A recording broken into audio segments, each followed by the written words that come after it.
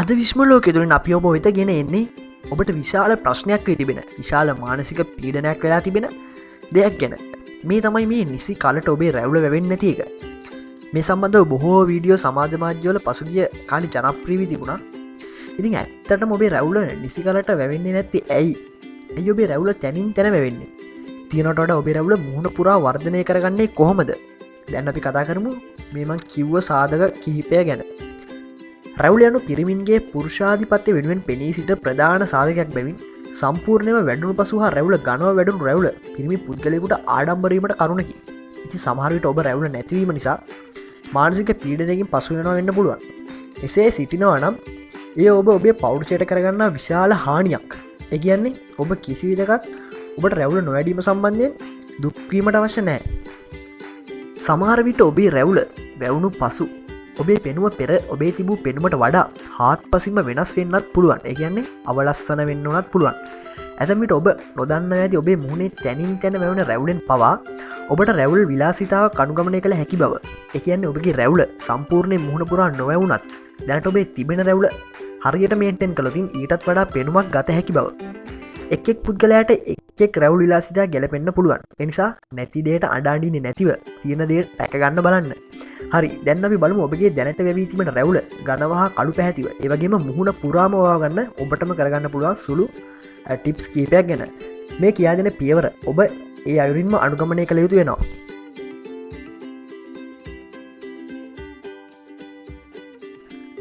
Tip number 1 තමා සතියකට වරක් ඔබේ සම පැහැපත් කරගන්න. ඒ කියන්නේ සතියකට වරක්වත් ඔබේ මුහුණේ හැරුණු සෛල එහෙමත් නැත්නම් වියලී ගිය හැම ඉවත් කරගත යුතුයි. මේ උපරිම සතියකට එක්වරක් කිරීම වඩාත් යෝග්‍යයි. මේ සඳහා ඔබට සතියකට වරක් ෆේස් ස්ක්‍රබ් එකක් භාවිතා කරන්න පුළුවන්. එසේත් නොමැති නම් සතියකට වරක් පිරිසුදු දෙහි කැබැල්ලකින් ඔබේ මුහුණ පිරිමදින්න. මේ ක්‍රමයෙන් ඔයාලට සාර්ථක ප්‍රතිඵල ළඟා කරගන්න පුළුවන්.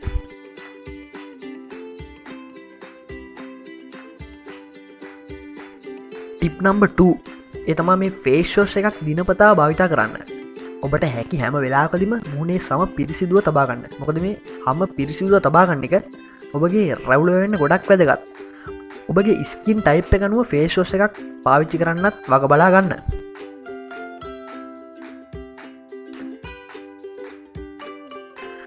ටිප් නම්බර් 3 තමයි ඔබේ මුහුණ විටමින් D කරල් හෝ මොයිස්චරයිසර් ක්‍රීම් එකක් යොදාගෙන නිින්දට යාමට පෙර හොඳින් සම්බාහනය කරන්න. මෙසේ කිරීමෙනුත් රැවුල ඝනව වවා ගන්න පුළුවන්. මේ සඳහා විටමින් D කරල් වඩාත් යෝග්‍ය වේ. ඔබ ඔබේ මුහුණ මසාජ් කරන එකේ ප්‍රතිඵලය වෙන්නේ වැසුණු රුධිර කේශනාලිකා නැවත පණ ගැන්වීමයි.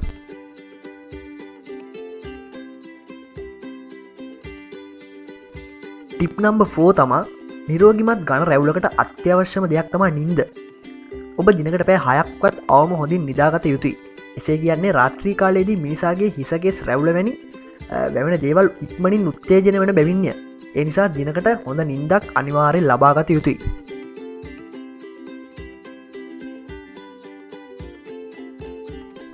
ටිප් නම්බර් 5 ඔබ දිනපතා හොඳ ඩයට් එකක් එහෙමත් නැත්නම් හොඳ ආහාර වේලක් අනුභව කරන්න ඕනේ. ඒ කියන්නේ හොඳ පෝෂක පදාර්ථ වලින් යුතු ආහාර වේලක්. සමහර විටමින් කණජ ලවණ මුහුණේ රැවුල වැඩෙන වේගයට වඩාත් වැදගත් වෙනවා. Vitamin A, vitamin B, vitamin C හා විටමින් E ඔබට ශරීරයට වෙනත් අවකාරයකින් හෝ ලබා ගන්න පුළුවන්. ඒ කියන්නේ කැප්සියල් විදියට උනත් ලබා ගන්න පුළුවන්.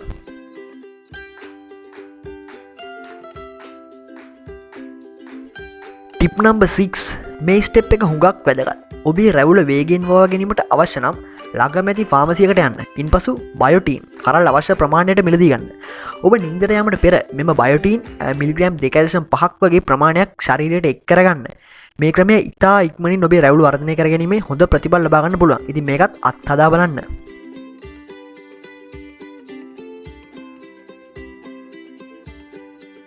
ටිප් නම්බර් 7 ඔබ පුළුවන් හැම වෙලාවකම වගේ සැහැල්ලුවෙන් ෆන් එකේ ජීවිතය ගෙවන්න. රැවුල වැවීමට මානසික ඒකාග්‍රතාවය වගේම ඔබේ නිින්දත් වැදගත් වෙනවා. ඔබට හැකිනම් භාවනා ක්‍රම අනුගමනය කරන්න. මෙයද සාර්ථක ප්‍රතිඵල ලබා ගන්න පුළුවන් ක්‍රමයක්.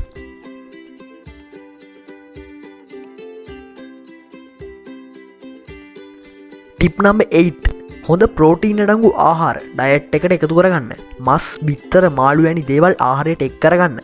මේ වගේ ඇති ප්‍රෝටීන් රැවුලේ ඉක්මනින් වර්ධනයට වඩා හේතු වෙනවා. අවශ්‍ය නම් ප්‍රෝටීන් අතිරේක පිටතින් වුවද ලබා ගැනීමට හැකි. පිටතින් ලබා ගන්නවා නම් අවශ්‍ය මාත්‍රාවට පමණක් ලබා ගන්න.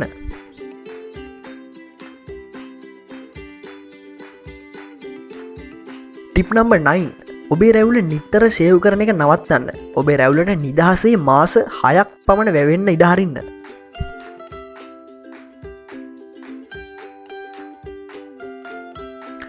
ටිප් නම්බර් 10 ස්වයං ඉන්ධනය කරනවා නම් මෙය සීමා කරන්න.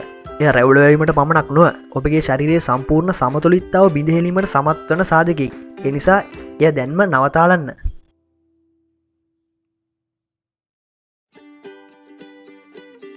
ටිප් නම්බර් 11 තවද රැවුල වර්ධනය ආරම්භ කාල සීමාවේදී ඔබ මුහුණේ කැසීම හෝ බිබිලි ඇති වුවහොත් මුහුණට හයිඩ්‍රොකොටිසෝන් අඩංගු ක්‍රීම් වර්ගයක් යොදා සම්භාහනය කරන්න. මේ පාමසියෙන් ඔබට මිලදී ගත හැකිය.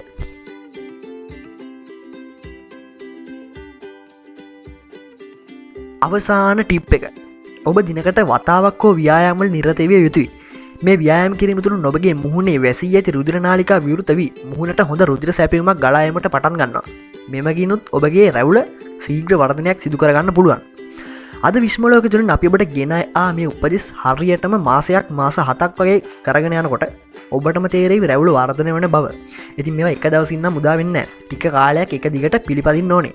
ඔබ දැනටමත් මුහුණේ විවිධ ආලේපන ගන්නවා නම් ඒ කිව්වේ ඔබ නිවසේදීම රැවුල වැවීමට සාදා ගන්න විවිධ ද්‍රව්‍ය ගන්නවා නම් දැන්ම නතර කරන්න. එසේ කියන්නේ රැවුල වැවෙන්නේ අභ්‍යන්තරයෙන් වඩ බැවින් පිටතින් නොවේ. එක් පුද්ගලයාගෙන් පුද්ගලයාට රැවුල වෙන ආකාරය වෙනස් වන බැවින් අද විශ්ම ලෝකෙ තුලින් ඔබ දැනගත් ටිප්ස් අනුගමනය කරන්න. අපි ඔබට විශ්ම ලෝකෙ තුලින් ගෙනෙන තොරතුරු අන්තර්ජාතික මට්ටමින් පවා පිළිගත් මූලාශ්‍රවලින් ලබාගත් තොරතුරු ඒ නිසා කිසිම බයක් සැකක් නැතුව මේවා ඇප්ලයි කරලා බලන්න. මේවන් තොරතුරු ඉදිරියටත් දැන ගැනීමට පහළ තියෙන රතු පාට subscribe button එක click කරන්න. අපි දාන වීඩියෝස් ඔයාලටම ගෙන්න ගන්න bell icon එකත් all කරලා තියාගන්න. මේ YouTube channel එක හදලා තාම වැඩි කාලයක් වෙන්නේ නැහැ. අවන්කවම සහයෝගයක් දීලා අපිත් සමග දිගටම රැඳෙන්න. නැවතත් අලුත් වීඩියෝ එකකින් හමු වෙන බලාපොරොත්තු වෙන සියලු දෙනාට සුබ ගමන්.